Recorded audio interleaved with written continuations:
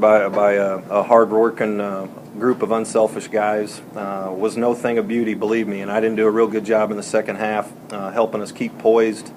I thought some of our better players and our leaders and our upperclassmen got out of whack a little bit, but that's also because we really had some rough travel and we expended a lot of energy and effort in our games in Honolulu. And I told the guys I'm going to give them one excuse, that one. That's their one for the year.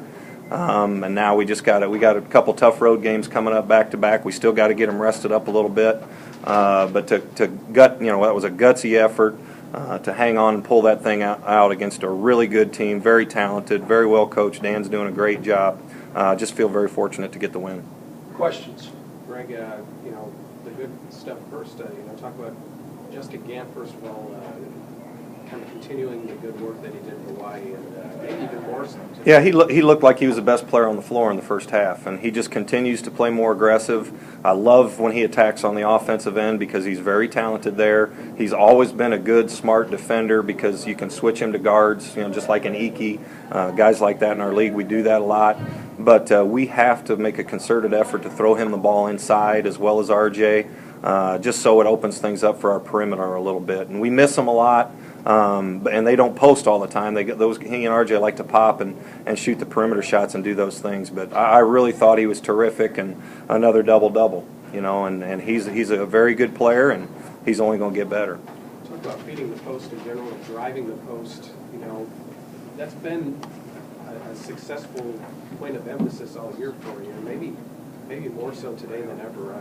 Just talk about how you guys had a lot of success going to the hole. Well, we got Carmichael in foul trouble too, and he's so important to them. He's gonna play smart and try to play foul free. You should be able to get a catch. Obviously, we run a lot of ball screens. They switched some, and we took advantage of that more in the first half, and maybe right away that first possession in the second half. But they did a better job after that. We really didn't get much out of it, but. We have to. We're not a tremendous passing team, and we work on it every day, just basic passing stuff. And when guys are open in there, it's got to go in. And it doesn't mean the guy that you throw it to inside's got to score, but you're threatening the paint. That guy can make his own play. He can read the defense, get it back out. And we talk about attacking the paint with post feeds, with cuts, with dribble drives, and we did okay with it today. We did very well with it at times, but then we got to stand in a little bit too, and the zone in the second half I thought hurt us a little bit as well. Maybe Devontae Brown embodies that the best in terms, especially when Illinois State started pressing, finding the driving lanes, and talk about how he was able to do that. Yeah, I kind of like when teams press us. I think we're good. We should just get it and go. I think we'd be a difficult team to press, but again.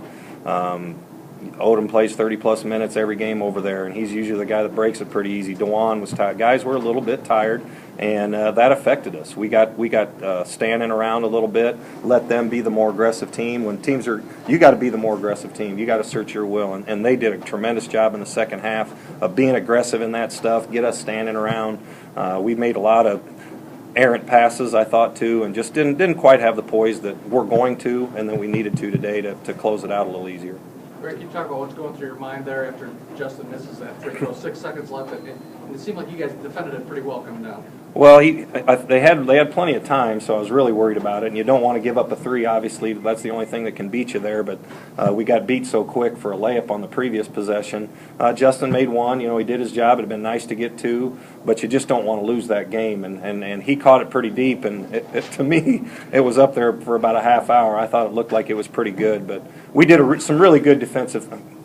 We had some miscommunication on a couple of stuff and didn't. We had two guys running to one guy a couple times, and that's my fault. We can't do that.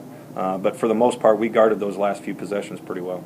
When Ezekiel Upshaw comes off the bench, who really has hardly played for them this year. Yeah. Hard to fault your defense. Well, but he hit one. We're playing off a couple of those guys, and we're going to give them one of those. We'd rather have those guys make it than Carmichael in there deep or Brown getting those shots. And after he makes one, you try to change the things a little bit. It wasn't our poor defense. It was poor communication and not getting matched up when we needed to, and that's the head coach's fault.